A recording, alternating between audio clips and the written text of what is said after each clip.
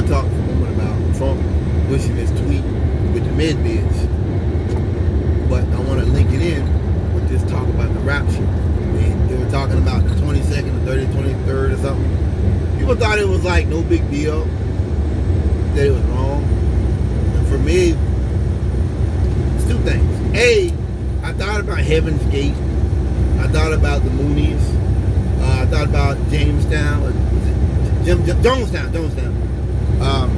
Before I was doing a lot of that when I was a kid. As I get older, I do think about cult stuff because so much Trumpism to me is a cult. So it's also, that was the first thing. But second thing is just that this is all Trumpism is. This is all it is. It's just about let's fuck up the environment, let's make money, and that we're going to heaven. Even if we're wrong, we'll go to heaven, and gay people and Jews and trans they'll just be here, and they'll be here on a planet that'll be a cinder, and we'll go to heaven with Jesus. Nothing matters. I believe in God. I'm a spiritual person. But I think it's dangerous. I think it's dangerous when religion becomes it gives people a gold-plated reason not to care about anything. And that's cult. That is what I mean by cult mentality. If your belief in God, he's transforming your spirit, transforming, the way you see people, that's fine. But this rapture stuff just had me thinking about that this is what it is. This is just him playing to a bunch of angry white people, and that there really is no future after this. There's no future to this. Because for them, they'll just go to heaven. They'll just go to heaven, and I listen to Naomi Klein talk about it, that Trumpism, far right stuff usually had an end. And that for Trumpism, there is no end. It's endless war. There's no Hitler leaving this round. The land for Teutonic white people, for Europeans, for Germanic people. There's no Trumpism is a world of what white people have voted for as a man that will make their lives less stable. Keep it simple. This is not arguing about tax policy. This is someone who will make your life and your children's life less safe and less stable. Period. A lot of other things to it. More complicated than that.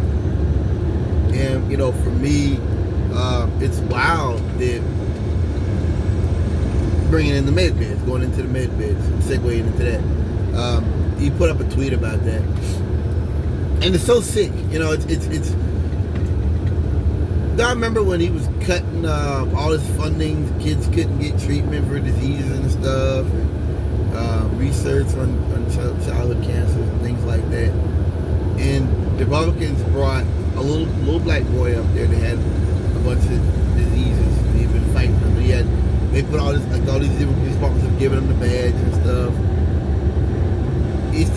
To me, it's the epitome of gaslighting, because we're trying to find out ways to cure it. And you're just like, you're just bringing a little boy up there to be like, this one survived. Let's put it. Like, that's so sick. That's so deranged.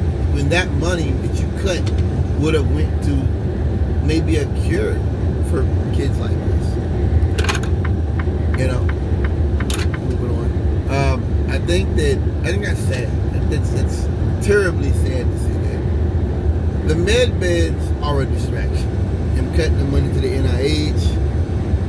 Him doing things like that, you have made this society less stable. Just have. You made it way less stable. And so people, what do you look to? Snake oil. I've heard of equipment in some big cities where you can sit down and assess things. Like, I've heard of that, yeah. I've heard of that, assessments. But I've never heard of like Elysium, where you lay in the bed, it's like sews you up and treats you. Never heard of that. Remember, Elysium, the med bed stuff was about, the reason they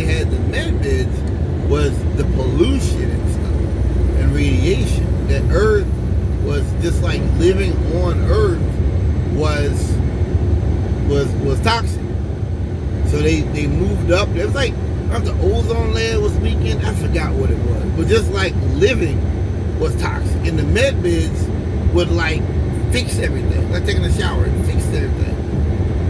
You understand? And they could go back out in it. They had to like go outside or whatever. That's what it was about.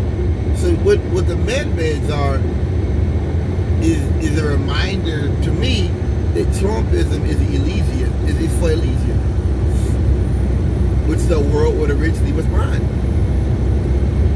The rich, remember the rich went, they had their own little satellite, green and all that, luscious, they left everybody behind, they had robots running Earth.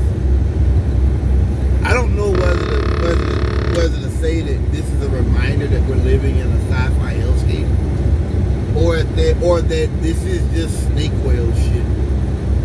This is like when Trump was talking about wanting to bring back Alcatraz. Like, it's like that. He just watches movies and entertainment and shit. Like, yeah, let's do that. Let's have robot police. Let's have RoboCop police. It's just like, this is what white people voted for. This is not policy. None of this will better anyone's life. None of this will help anybody. This is all about cruelty and cheating people and conning people and dumbing people down and dumbing down society. That's all this is. None of this helps anybody, you know. And it's so sad more folks don't get that. Your racism will not make your life any better. You know, we all have a shared humanity, you know, and it's gotta be that way. And if you don't think that way, this is what leads you into voting for a con man that's got a president that's got pictures of something that's not real. It's from a movie, and it's like, yeah, we're bringing that up. As he's cutting Medicare, as hospitals are closing, as he's cutting money to the CDC, and you have a guy shouting at the CDC. He ain't said nothing about that, really. It's just so sickening. It's a reminder of the gaslight they do, that they're giving you this world that's not real, while they're actually cutting money to the things that would bring you that world. That's how I wanted to say. The people and the things that could make that possible, he's like, nope, rejected. It's just so sick how Trump gaslights these crackers, and they love him for it.